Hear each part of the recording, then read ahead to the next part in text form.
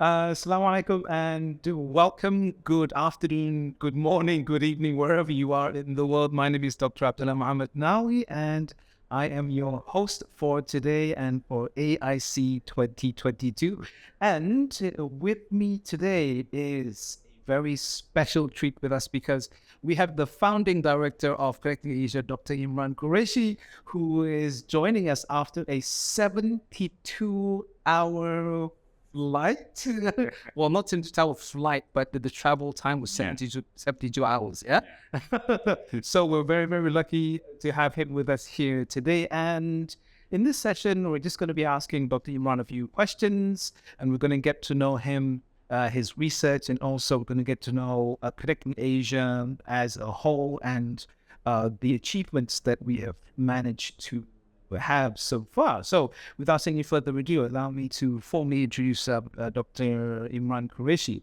Now, Dr. Imran Qureshi is currently attached to working at Teesside University, yes, in the United Kingdom, and he is the sector lead, global supply chain management, and also regional associate editor for Foresight Journal. And of course, he's the founding director of Connecting Asia, without which we wouldn't be here today. Thank you, Dr. Iman, for joining us. Thank you very much. For all this way. And please, could you tell us, first of all, as founding director of Connecting Asia, could you tell us a bit more about Connecting Asia, who we are, what we've done, what the achievements are? There are many things to talk about. So please take it away. Thank you very much, Dr. Abdullah. This is most often question which be asked to me because the Connecting Asia is an organization we developed in 2014. If somebody asks me what is Connecting Asia, it is a true representation of modern social organization of social enterprise. So the purpose of this Connecting Asia was only to support PhD students. And that was the initiative by international PhDs who were working in Malaysia. So we started in 2014, and then we done our first conferences in 2015, and until now we have done 15 different conferences, international conferences, and we have more than 12,000 Connecting Asia. 12,000? Yeah, 12,000. 12,000, and it started off with just wanting to help doctoral students. Yeah, when we started it, it's not a straight journey. It's, there are so many ups and downs that we've seen throughout this process. When we started, it was not a success in 2014. Right. People did not accepted it. But fortunately, we had faith, and we started it again in 2015 with some, different strategies, and it worked in 2015. Right. Yeah, so the first one was the failure, but still we continued. There's no such thing as failure. It's always a learning opportunity. Yeah, that was a learning opportunity. So we learned, and we grown up. Now, with this, now we have our members in 42 different countries, and in 16 different countries we have our founding members who were the part of this Connecting Asia. Right. We started. And the good thing is we have supported almost 44 PhDs until now for their PhD research. So when you talk about supported, could you explain a little bit more about? Yeah, it's the purpose of Connecting Asia was very clear. We appointed all those PhD students or PhD scholars working in Malaysia, no matter in which university they work. So we helped them in funding their PhD degrees, and during that, even in the research, and in return, they have to work with us as a conference organizing team, or all these activities they need to manage. So that was the process through which we started the Connecting Asia, and we Right. So you also we have published more than 6,000 research articles. 6,000 research articles. That's impressive. Yeah, it's a lot. And we are working with numerous journals, and this is all about the Connecting Asia process. So we started as a social enterprise, and I believe now we have grown up, and during this COVID situation, everything was digitalized, and what we did, we also transformed our processes and we started with our online conferencing systems and all. And that must have been very hard at first. I mean, transitioning from a face-to-face conference provider to totally online. What was it? What was that like? Yeah, it's a different experience, and the thing was we were not fully prepared because it needs a lot of technical facilities and the skills from our members as well. So they need to learn. And first year we tried to learn, and we learned so many things along the process. And what I see is already the world has been transformed now. And the people who were not accepting this online thing at start, and now you can see although we have resumed the face-to-face conferencing, but most of the participants still they want to join us online. Right. Yeah. So things haven't gone back to how they were. They've just transformed. Yeah, They've accepted both worlds, Yeah. the online and the offline. Yeah, I believe this is the now people they want to work from home, and they are reducing a lot of energies and costs and all this. So that's it. And the comfort level is also high. And you have seen that everybody that in their homes they have their home office now. The concept of home office is also started during the COVID.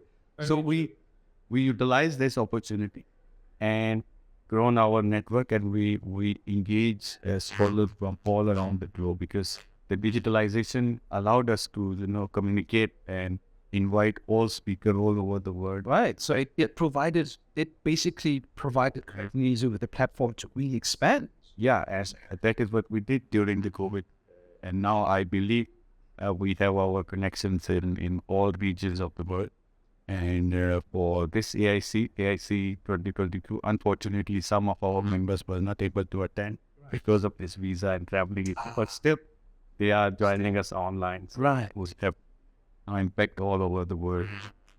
That's awesome. That's truly awe-inspiring, and I think this is something that everyone can learn. Not just people who want to carry out conferences, but for normal scholars, everyday scholars, people who do research, or students, or lecturers. Speaking of which, when we talk about research and researchers, you talk about 6,000 articles, and as a scholar myself, we all know how hard it is to get accepted into into journals, and you could spend a whole year just trying to get one article to one journal. So knowing this, what would your advice be for budding researchers, or people who are only just trying to start out, or they've started out for a few years, but they still have a long way to go and still not established yet? What are some of the things that what's the advice that you could give them? Let me take your question into account. First one is about the research publication. We know that the review process and all this is very difficult. It's a tedious process. So this is where Connecting Asia teams is working with us. They are the one reviews the article when any article is being submitted before submission for any journal. Right. So we do our work first, and then we, when we see that this article is eligible for a certain journal and they fulfill the criteria, then we push them to that journals, and then in that case we can publish a good number of articles. But obviously it is a teamwork, and there are many people involved in this process. 6,000 is a very big number. Yes. When the big journal, they were not able to publish this huge number. So this is where the Connecting Asia team member, they do a lot of efforts, and they have skills to settle this review process and all this. So that's where I always encourage my team members. They have team skills, they have review skills also. They have to learn, because they are early career researchers, coming back. Yes. So they are early career researchers. So in other way, we are teaching them as well. The review process is something which tells you what research is and how it works. So if you review some article, it means that you are contributing to the body of knowledge, and also you are learning, and that's a very good learning process. So early career researcher, the first advice is Review read articles, and you should be able to analyze those articles. So that's the early career researcher. Now, when we start our PhD journeys, it's it is it's very ambiguous. We are not sure what would be the outcome when we start, because most of the time we are unsure about the research, and many researchers, they are frustrated during this process, and this is the first 2 or 3 months where most of these researchers, they got frustrated. My belief is this research is very simple. It's a few steps you need to follow. It is nothing difficult. It is nothing which you can't do. So just follow these processes and these steps and try to learn quickly. There are many softwares and computer-assisted techniques available now which can assist you in your research process. And that is where we have already started our Connecting Asia TV. Right. That is another story. When we started this Connecting Asia TV, we were discussing with the team member, because it's very difficult to, grow a YouTube channel nowadays. So Connecting Asia TV, just for our viewers, is a YouTube channel. Yeah, it's a YouTube channel just for early career researchers, so they can learn different research tools and techniques from this channel. So if you want to learn, just go ahead, try to find out a few tools and techniques which can assist you throughout the process. And the research is very simple. Just follow the steps. Right. Good. Wow. That's when you break it down, it sounds a bit more simpler than what many people think it is. Would you say that being consistent is probably, perseverance is probably the one major factor that scholars need to have? Just keep at it, keep on going, keep on going. Yeah, there's something. This is the attribute of all researchers. They do work when other worlds are enjoying. So the people are enjoying and we are working. That's the normal for a researcher. But right. For a research process, you don't need to spend hours and hours for reading and writing. You can work smartly. You have different tools and techniques which can assist. But the thing is, you should spare some time every day to work, write and read and write. So being consistent. Yeah. So every day, even if it's just a little bit. Yeah. Yeah. And most of the time, the early career researchers, they read a lot. They can't write. So that's where the problem lies. If you are reading an article, you should be able to write about that article as well. At least a summary of 200-400 words. Right. And then you would be able to write more and more. Your research journey will start. Right. So that's very good advice. So as you read, you write. I think that's probably the key, because when you read and then you practice, you write, you are actually putting into practice what you're reading. Yes, you learn faster as well. Yeah. Okay. So, Dr. Imran, now for the last question. I've known you for a long time, and so from the days when we were doing a PhD, and I've watched how grown from a PhD student and how it got employed at various universities at UniKL, among them. And after that, you spread your wings and you're now in the United Kingdom. So, where many scholars would find that it's going to be a dream job over there. Now, the being there means you've contributed a lot to your field. Definitely, that's something that cannot be denied. Could you talk to us a little bit more about your field of study, your work, what you've done so far? Let's start with my PhD thesis, which was basically on socio-technical systems. So I worked with the technology and human being for the interaction of technology and human being and the sustainability. Now this, the technology is being changed, and now we have a new term for this. We call it digital transformation. How the world is going to change, and it's already around us. You can experience these digital transformation. This digital transformation is my field. Digitalization, digital transformation, human technology interaction, along with the sustainability, which is to protect the triple bottom line, society, economy, and the environment. That's my key area of work.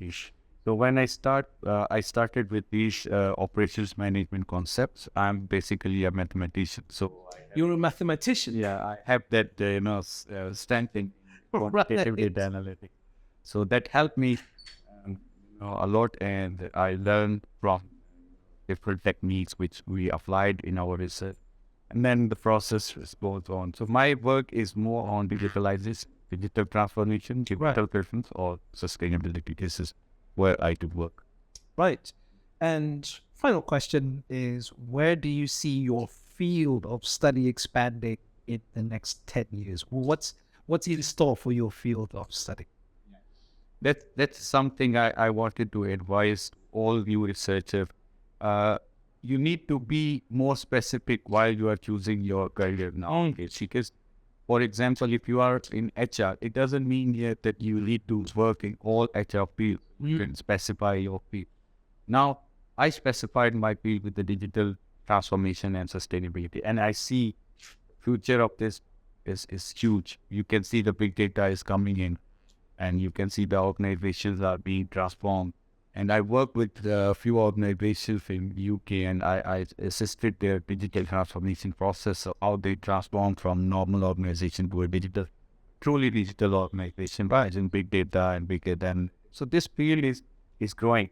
And I see a lot of opportunities in this field in the future as well, because this basically is a data-based decision-making process. So whenever you talk about the digital transformation, it is not just a technology. There are 4 different components: the data, people, technology, and the processes. So all these are part of my research. It means that it's a huge subject, and we have a lot of ongoing projects in this, and we will see the world is changing so quickly. I believe it's almost changing now. It's in the new norm. So we have a lot of opportunities in these. So whenever you select your topics, so be specific, so that can help you in your future as well. So that's the important part. And the good thing about my topic or my research area is it can be linked to any other. Right. Yes. I'm working in digital healthcare. I'm working with the digital supply chain. So digitalization can be linked with any other area. And then we can work with the computer science. We can work with the medical sciences. So it means that you are specialized, Right. but you have the ability to work with other, disciplines as well. So that makes my choice a unique one, because I can work everywhere or with all these disciplines. Right. Okay. So there you have it, folks. The words of wisdom for current situation and also the future. And I think we've come to the end of our time slot. So thank you very much, Dr. Imran, for being here with us. It's always a pleasure to talk to you. And we hope to see you again in other ventures to come. Inshallah. Thank you very much. And thank you all viewers for watching. Thank you very much. Thank you.